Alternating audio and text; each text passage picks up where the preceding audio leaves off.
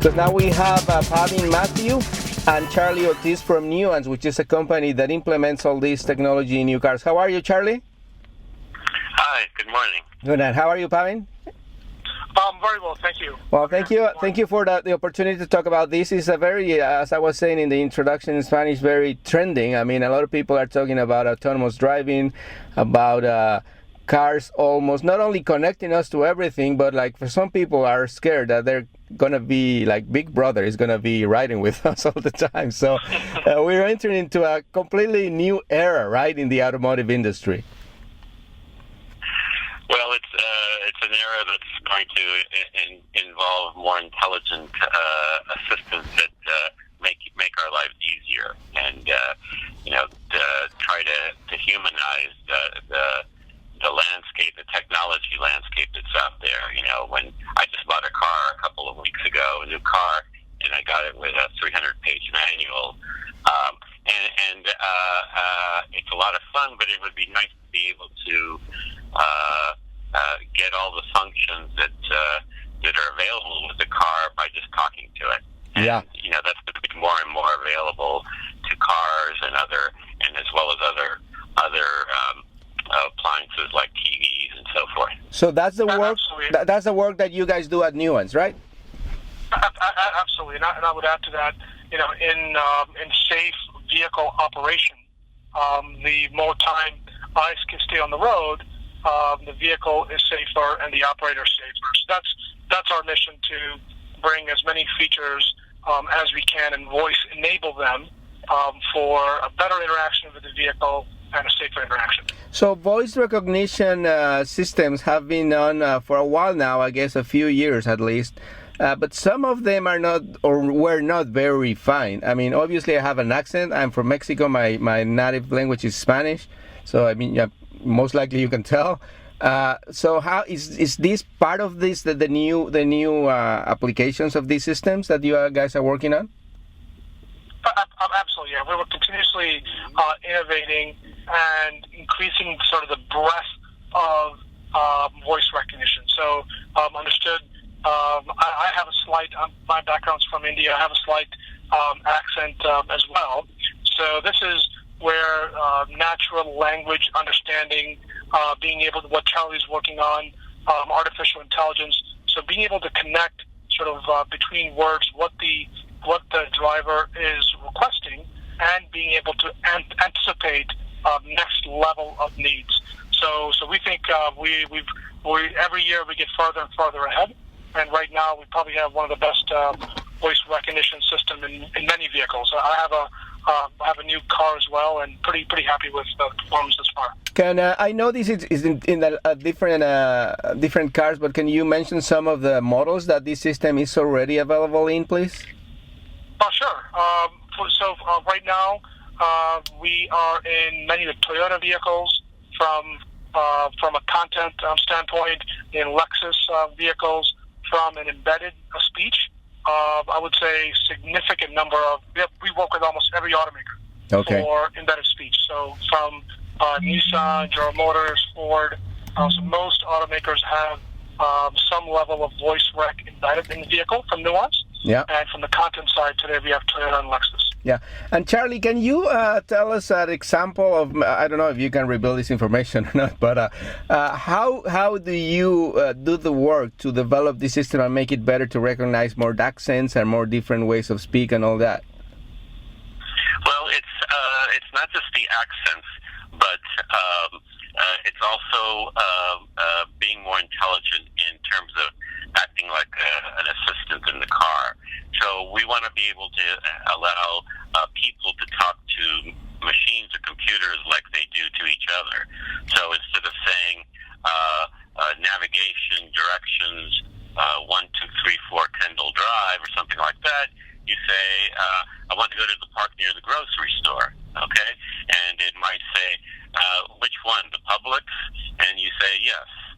Okay? Oh, okay. So that's the way you and I talk, and I shouldn't have to tell it exact steps. And I might want to say, hey, on the way I'd like to stop for some coffee, and it knows something about my preferences and might know that I prefer Cuban coffee, right? And so it's going to look for Cuban coffee along the way.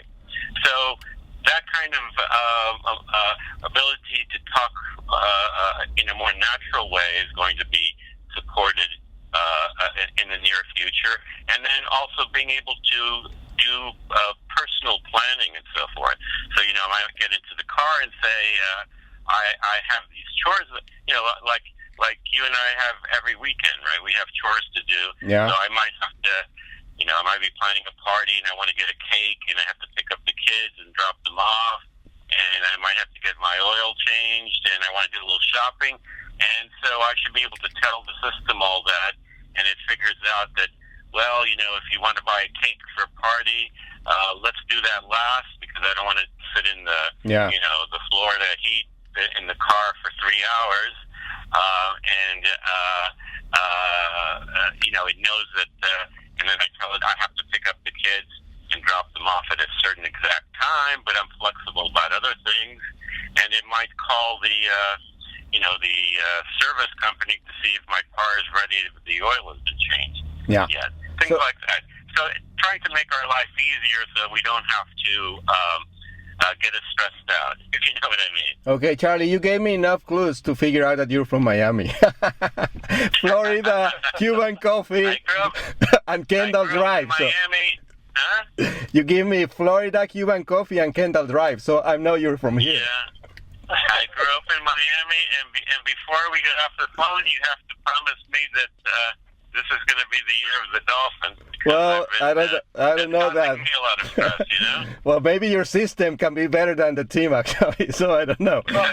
So, but I have a question related to that. I mean, you know how we speak in Miami. We switch back and forward, inglés, español, español, inglés. Is the system intelligent enough to do that? That's a good question. I was telling Pavan before this call whether he realized, in Miami, high school kids, they not only do that, but they'll speak a sentence in one word in English, one word in Spanish, the next word in English, and you and I will understand it perfectly. Yeah. That might be a little challenging. You might have to wait a little bit for that. Okay, which will be good, because it's better. I mean, I like mixing the languages because sometimes you find a better word in either or language, but probably it's better to speak it properly. So, Pavin, you were telling me before we got into the air that the system does much more than that. Like, you guys embed other applications and other systems into the cars, right? Absolutely. So Charlie touched on a little bit, virtual assistant. So let's talk about that.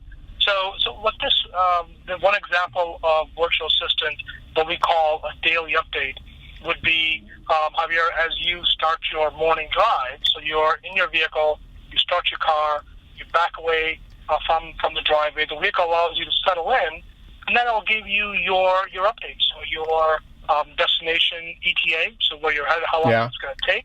Are you taking the optimal route? What your calendar looks like for the day. So, by the way, don't forget you have a reservation at Hotel XYZ or Restaurant XYZ for dinner at a certain time. Oh, by the way, Dolphins beat the Lions yesterday, 27-14. Maybe you went to, it was a Monday night game, and you may have went to bed, but here's the score. Oh, okay. So, you as the owner of the vehicle can sort of have the option to set sort of those presets to set up when you want those updates.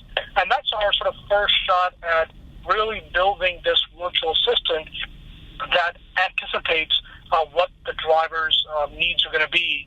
So it's more of what Charlie said earlier, this human interaction and expectations as vehicle drivers will have, that the vehicle understands them and they have that relationship with the car. That's amazing. So Ford Motor Company this week announced in Europe that they're going to start putting a system into production cars that can read speed limits, for example, and will actually stop or reduce the speed of the car to abide by the speed limit. Is this completely different system? It's like the outside system. You guys work more for the interaction from the driver with the infotainment systems? Exactly. So in this case, it has to do with vehicle sensors and being tied into the infrastructure. What I would say is, those type of technologies are encouraging to us, and companies like us can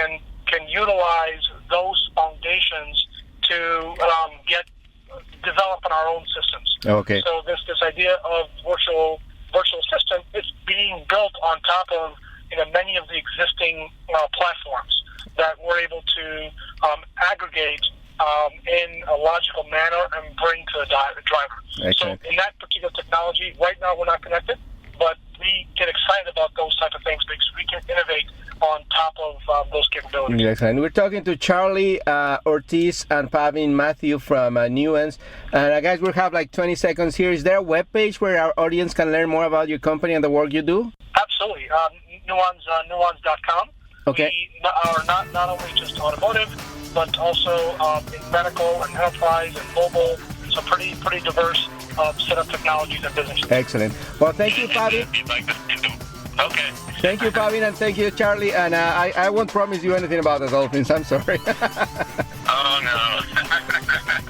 Talk to you guys. Thank you very much for your time. Take care. Bye. Bye.